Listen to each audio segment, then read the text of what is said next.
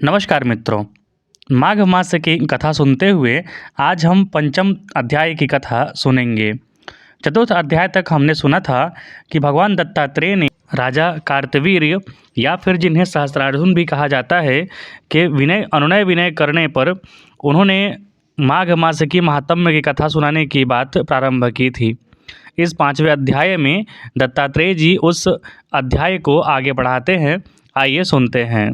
दत्तात्रेय जी कहते हैं कि हे राजन, एक प्राचीन इतिहास कहता हूँ। भृगुवंश में ऋषिका नाम की एक ब्राह्मणी थी जो बाल्यकाल में ही विधवा हो गई थी। वह रेवा नदी के किनारे विंध्याचल पर्वत के नीचे तपस्या करने लगी।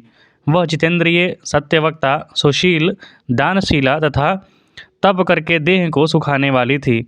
वह अग्नि में आहुति देकर उच्च वृत्ति द्वारा छठे काल में भोजन करती थी। वह वल्कल धारण करती और संतोष से अपना जीवन व्यतीत करती थी। उसने रेवा और कपिल नदी के संगम में 60 वर्षों तक माघ स्नान किया और फिर वहीं पर मृत्यु को प्राप्त हो गई। माघ स्नान के फल से वह दिव्य 4000 वर्ष तक विष्णु लोक में वास करके सुंद और उपसुंद दैत्यों के नाश करने के लिए ब्रह्मा द्वारा तिलोत्तमा नाम की अप्सरा के रूप में ब्रह्मलोक में उत्पन्न हुई। वह अत्यंत रूपवती, गान विद्या में अति प्रवीण और मुकुट कुंडल से शोभायमान थी। उसका रूप, यौवन और सौंदर्य देखकर ब्रह्मा भी चकित हो गए। वह कुमारी तिलोत्तमा रेवा नदी के पवित्र जल में स्नान करके वन में बैठी थी। तब सुंद और उपसुंद के सैनिकों ने चंद्रमा के समान उस रूपवती को देखकर अपने राजा सुंद और उपसुंद से उसके रूप की शोभा का वर्णन किया और कहने लगे कि कामदेव को लज्जित करने वाली ऐसी परम सुंदरी स्त्री हमने कभी नहीं देखी। आप भी चलकर देखें। तब वह दोनों मदिरा के पात्र रखकर वहाँ पर आए जहाँ पर वह सुंदरी बैठी हुई थी, और मदिरा के पान से वह विह्वल होकर काम पीड़ा से पीड़ित हुए और दोनों ही आपस में उस स्त्री रत्न को प्राप्त करने के लिए विवादग्रस्त हुए और फिर आपस में ही युद्ध करते हुए वहीं समाप्त हो गए।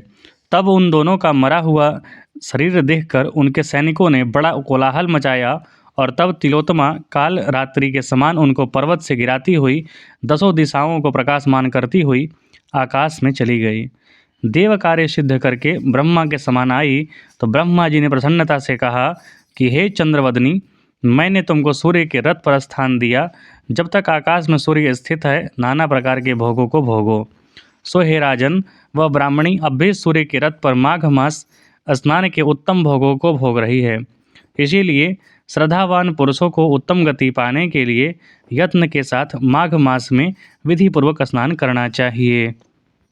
इसी प्रकार यह माघ महात्म्य के पुण्य कथा की पंचम अध्याय समाप्त हुई।